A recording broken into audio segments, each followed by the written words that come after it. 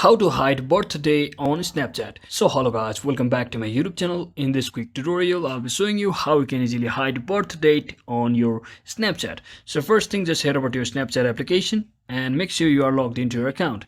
Inside here, just tap on the top left corner, that is your profile icon. So once you're inside here, just tap on the top right corner, that is the settings gear icon option. Just tap on it.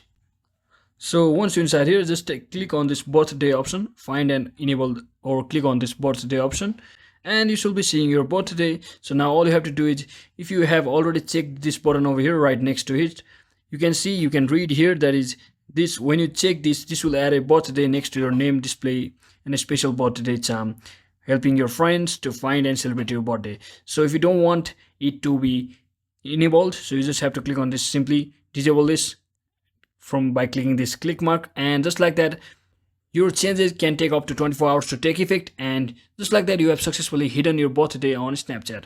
So that's it for today guys. I hope this video was helpful. If it was, don't forget to like and subscribe to the channel. See you on the next one.